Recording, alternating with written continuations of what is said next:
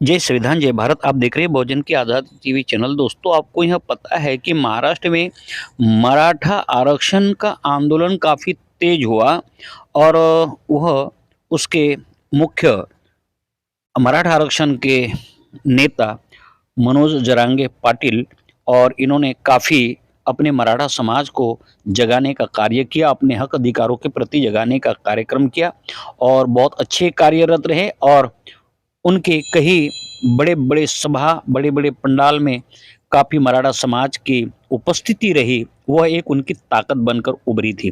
पर दोस्तों, बात यह है कि मराठा आरक्षण को लेकर बड़ी एक उलझन पैदा हो गई थी कि मराठा को ओबीसी कैटेगरी में आरक्षण मिलना चाहिए। मराठा समुदाय को ओबीसी के कैटेगरी में आरक्षण मिलना चाहिए। यह बात का जो उन्होंने नारा दिया था, उस नारे के देते हुए ही तुरंत ही ओबीसी वर्ग उठकर खड़ा हुआ कि हमारे कोटे से अगर मराठाओं को आरक्षण मिलता है तो हमारे साथ नाइंसाफ़ी होती है।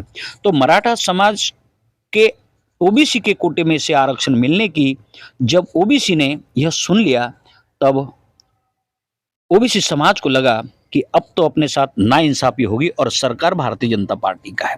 ऐसा भी भारतीय जनता पार्टी के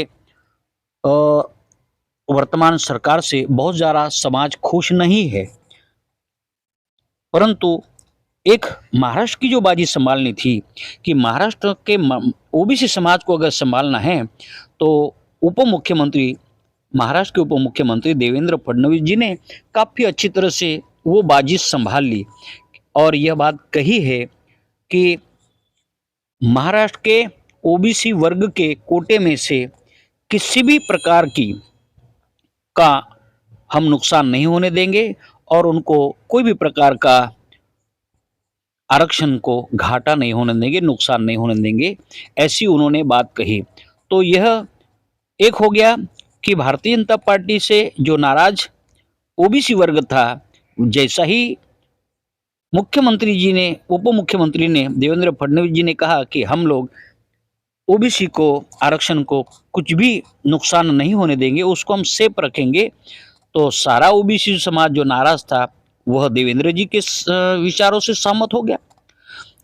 तो देवेंद्र जी ने एक तीर से दो शिकार कर लिए हैं कि ओबीसी को यह बात बताकर कि हम आपके कोटे को नुकसान नहीं होने देंगे, इसलिए वोटिंग अपने बाजू होना चाहिए, मतदान अपने बाजू होना चाहिए। ओबीसी के लोगों को एक उन्होंने अपने तरफ से एक विचार दिया कि हम लोग आपका नुकसान नहीं होने देंगे।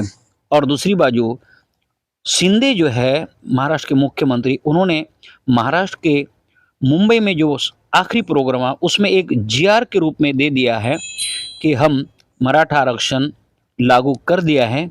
अब वो जीआर में ओबीसी के अंदर में आरक्षण देना चाहते हैं या कुछ एक्स्ट्रा उसकी अलग से व्यवस्था करना चाहते हैं, यह तो मुख्यमंत्री और जरांगे पाटिल समझ सकते हैं। अब हुआ ये है कि जो मराठा समाज बीजेपी के, भारतीय जनता पार्टी के विरोध में था, वह अब जोरांगे पाटिल के नाम से और उनके कार्यक्रम से और शिंदे, मुख्यमंत्री शिंदे जी के तरफ से दिए गए जो विधान है उसके आधार पर मराठा समाज भी खुश और देवेंद्र फडणवीस जी ने भी कहा कि ओबीसी को हम कुछ भी आँच नहीं आने देंगे। तो ओबीसी भी खुश। लोकसभा में मराठा और ओबीसी दोनों नेताओं के वक्तव्य के आधार पर बड़े खुश होकर भारतीय जनता पार्टी को वोट करेंगे। ऐसा 100% माना जा सकता है कि दोनों ने दोनों लोगों की बाजी संभाली है। और अब बात यह है कि क्या मराठाओं को आरक्षण मिल सकता है, क्योंकि अभी जाएगी यह बात सुप्रीम कोर्ट के आधार पर होगा।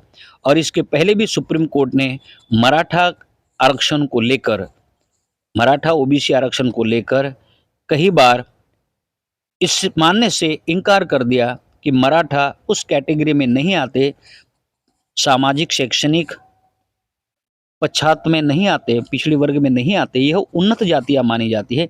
इसलिए सुप्रीम कोर्ट ने कई बार इस आरक्षण के बात को नकार दिया है, फिर भी भारतीय जनता पार्टी ने अपना खेल खेल दिया है।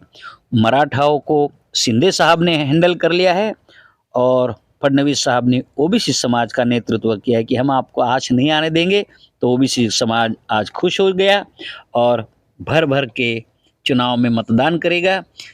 और जो एक दूसरे के ऊपर आरोप लगा रहे थे मराठा समुदाय और ओबीसी समुदाय, अब एक नेता ने ओबीसी समाज की पक्ष लेकर बात की तो ओबीसी को खुश कर दिया और दूसरे नेता जो है हमारे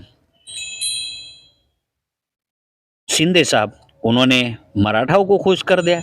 अब दोनों पक्ष के लोग लोकसभा चुनाव को ध्यान में रखते हुए धड़ल्ले से वोटिंग करेंगे। दोनों नेताओं ने अपनी सहानुभूति दोनों पक्ष में जताई, मगर पार्टी के नेता तो एक ही है, एक ही पार्टी के नेता है। दोनों पक्ष को संभाला और अपनी सहानुभूति के साथ इस काम को रूप दिया, अंजाम दिया। और आज मराठा समाज के कुछ लोग, कुछ बुद्धिजीवी लोग यह जो कह रहे कि जोरांगे पाटिल और मराठा के साथ में एक खेला हुआ, तो खेला हुआ यह जो बात कहा जाता है तो ये राजनीतिक लाभ और नुकसान के लिए, फायदे के लिए खेला हो सकता है।